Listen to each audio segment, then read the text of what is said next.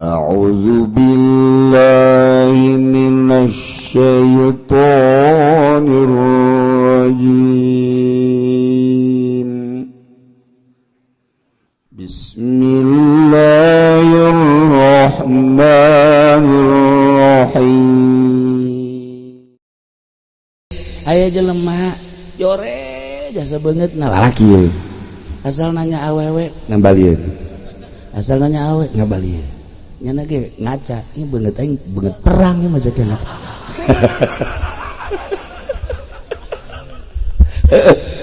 Geus nyana terus bae asal nanya bae si komo tuh budak sakola mah ditanya ti jauh kene geus kieu malengos.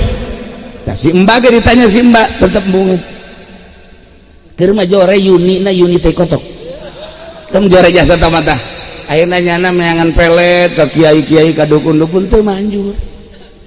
Teu nyambut teu manjur bae. Minta pelet ka kiai Rifki tah. Il qala Yusuf li abihi ya batinni ra. Endahan kiaina nu laku. Kan teu balik. Nyana wantu.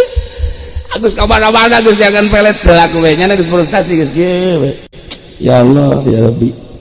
Tapi maha kawasa Allah. Lah kuari mah oper bae lah cakna dek ka kiai moal ka dukun moal ka ahli hikmat dek ka kiai ini bener jaman teh pelet kaji pendi geus boro-boro aing nya ge teu laku atuh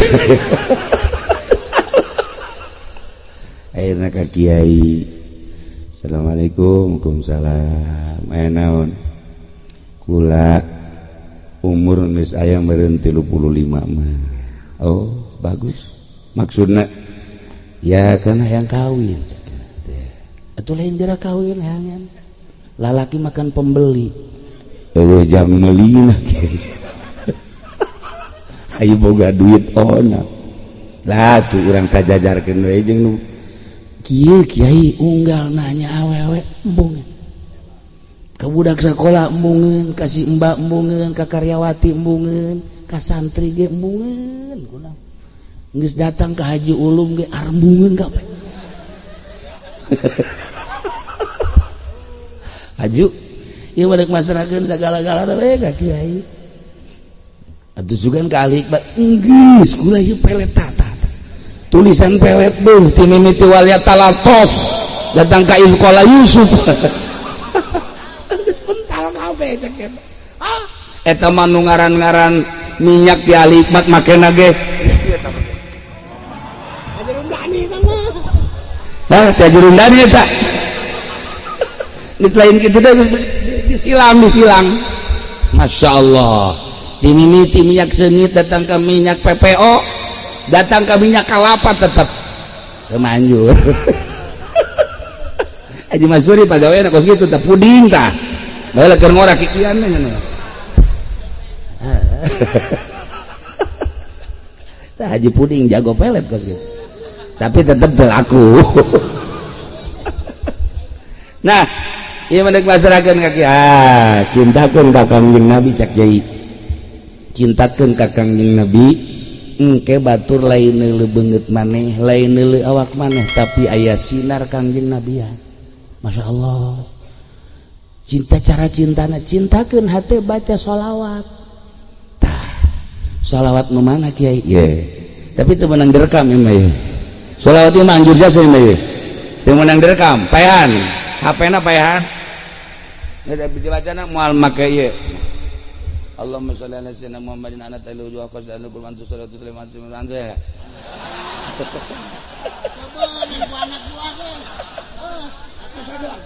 atuh itu mah pelet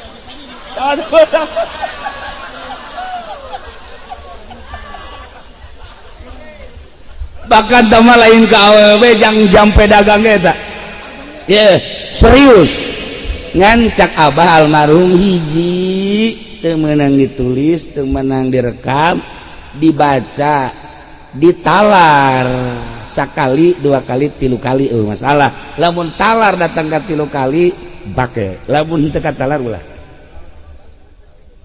ngan teu meunang direkam teu meunang Allahumma shalli ala Muhammadin anak alaihi wujud aku dari kurban tu sudah tu sering malas nama anta bihajati hajati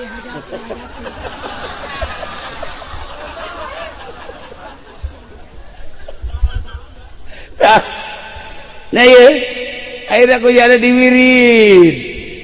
diwirid aku jana dengan cinta ka Kangjeng Nabi. Masya Allah dibere sabar kiai teu ngawirina lamun bisa saumur maneh mimitina dipoe lahir misalnya umurna 35 macana ulah loba-loba 35 ngan poe lahirna poe naon misalnya umurnya na geus 27 macana ulah loba-loba 27 ngan ti poe lahir atuh kecil dah kos gitu dibaca kuyana terus we Allahumma shalli ala sayyidina Muhammadin anat alaihi wujuh khasyatan likul antu sholli wa tusallim ala sayyidina Muhammad karekam tapi teu meunang diwirid tah sia teu meunang awas eta tah kudu satalar-talarna tuh bahaya tah mah nah diwirid ku jana terus we diwirid asal penting diwirid sesuai jeung umur asal penting diwirid sesuai jeung umur terus we tambah cinta ka Kangjeng Nabi dicintakeun ka Kangjeng Nabi cinta ka Kangjeng Nabi Masya Allah teu lila prosesna cuman 3 bulan eta awewe loba nu nanyakeun loba nu nanyakeun aya teh si cenah si Udin kok kasep amat ayeuna kasep amat cenah keur ieu mah joget sia joget bahasa Vietnam eta kasep amat unggal jelema nyebutkeun kasep bahkan aya eta mah jelema aya kasep tapi pantes cek cenah teh pan beda tah pantes cek nya nyurup teh nyurup pan jelema teh anu nyurup pantes sampaian lah kok saja pendi aya kan nya mah awak mah sampaian topo ge sampai-sampai ku kesimpulan ada mah alhamdulillah lo bandar sepen ya akhirnya naon gitu nggak ngalamar kawe jadi tak eta sholawat modalnya cinta ka Kangjeng Nabi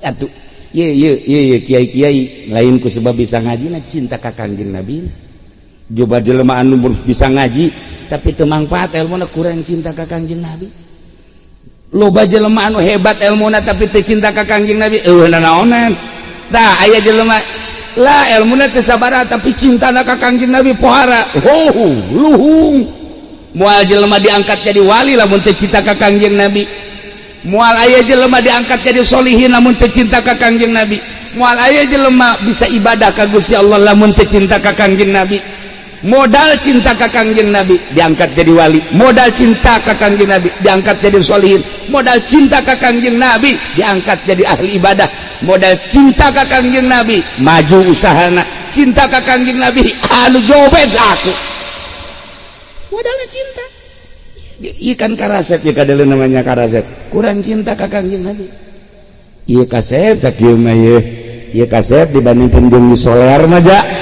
atuh sakieu mah kaset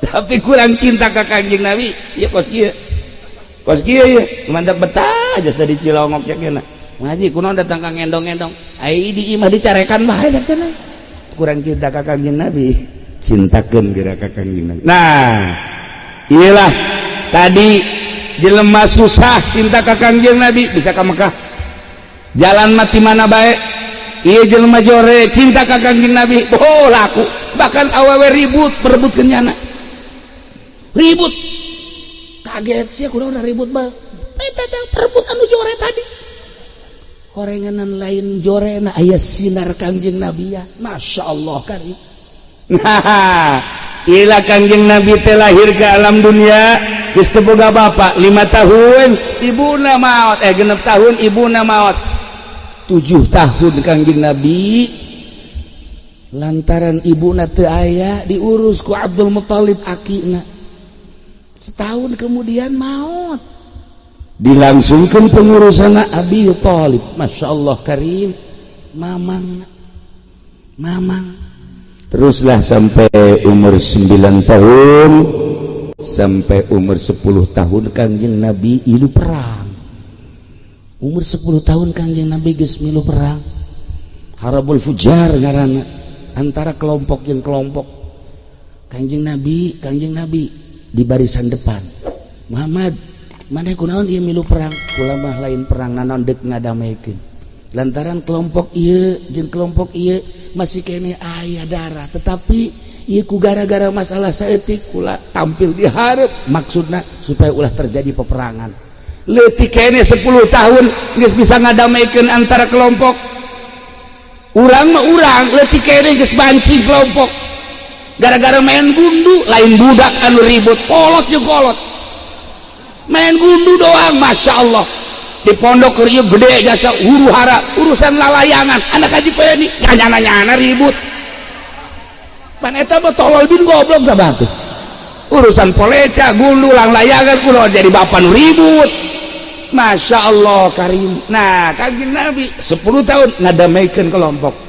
Ya Allah ya Rabb, Gusti Allah geus diciptakeun seperti eta. Umur 11 tahun Kangjeng Nabi geus katingali tampil setelah perang mulai aya tanda-tanda kedewasaan leuwih ti batur. Ya Allah, di mana leuwih ti baturna? Ketika batur kanekleb, ketika batur kabar, ketika batur nyanyi-nyanyi, Kangjeng Nabi cuma senyum-senyum. Pernah Kangjeng Nabi diajak ku babaturanana, yuk urang nyanyi-nyanyi di ditu. Kangjeng Nabi milu. Lantaran Kangjeng Nabi kan manusia biasa, suarana Kangjeng Nabi bagus. Kemudian penampilan Kangjeng Nabi luar biasa, dek diorbitkan Kangjeng Nabi milu. Setelah di perjalanan Kangjeng Nabi kapanasan, ku Gusti Allah dibere tunduh. Teu kuat Kangjeng Nabi, akhirna babaturanana diteruskeun ti ka ditu terus ke kula menyusul bae. Kangjeng Nabi calik di batu dengan tunduh anu luar biasa, reup sare. Diamankeun ku Kangjeng Nabi, ku Gusti Allah. Di tengah-tengah terik matahari dibutuhkan ku babaturanana, lantaran Kangjeng Nabi suarana bagus, penampilanana hebat, ketingali kedewasaanana, tapi diamankan ku Gusti Allah. Di tengah-tengah terik matahari di batu Kangjeng Nabi sare. Coba eta Allah maha kawasa ngamankeun Kangjeng Nabi lain di kamar, ngamankeun Kangjeng Nabi lain di bawah pohon, tapi di luhur batu. Mata kekare di pengamanan Gusti Allah mah ulah aneh. Lamun orang nyaritakeun Islam di Indonesia hebat, teu aneh. Di Malaysia hebat, teu aneh. Di Saudi Arabia teu aneh. Tapi justru di Amerika tumbuh wari Islam. Ieu kan satu keanehan. Ulah aneh. Lamun urang kuari di Saudi Arabia kukula geus dibahas sabaraha minggu ka tukang bahwa Saudi Arabia bakal dirubah tina Wahabi menjadi Sunni. 200 pangeran tangkap, 6 pangeran tembak Salman lantaran dirubah dengan bahasa korupsi. Tetapi lain eta aya penelitian ti Raja Salman setelah ke Indonesia. Hikmah kunjungan ke Indonesia lain sembarangan. Panjang kukula bun diceritakan tentang kunjungan ke Indonesia jeung kunjungan-kunjungan ke negara lain sehingga merubah negara. Tina Wahabi dek jadikeun Sunni. Kuari di Mekah aya maulidan. Matak lamun di Indonesia aya anu ngabidahkeun, aya anu ngawahabikeun. Ieu katinggaleun di Mekah ge kuari Sunni. Di Madinah tadi kamari muludan. Masya Allah, biasa ya Nabi salam. Kaji peni ge geus kieu bae, urang ka ditu yeuh naon. Berkat da gede meureun. Tidak ka berkat bae cenah mah. Masya Allah, dasar orek koros. Main kuluhum bae. Tahun 12, umur 12 tahun Kangjeng Nabi katingali luar biasa. Di antara keistimewaan Kangjeng Nabi katingali ku masyarakat sebab Kangjeng Nabi kan ngangon embe. Ditalingakeun ku kabehan. Kumaha eta embe ku Kangjeng Nabi dipangitikan ke berangkat ketika aya anu leuleus embe ku Kangjeng Nabi diais. Lamun aya embe anu pincrang ku Kangjeng Nabi diais. Masya Allah karim. Hiji nabi nu teu ngangon embe. Hiji nabi, seluruh nabi kabeh ngangon embe. mantap ku lagi alhamdulillah ngangon bae ulang bahkan jeung kebo wallahu a'lam bissawab.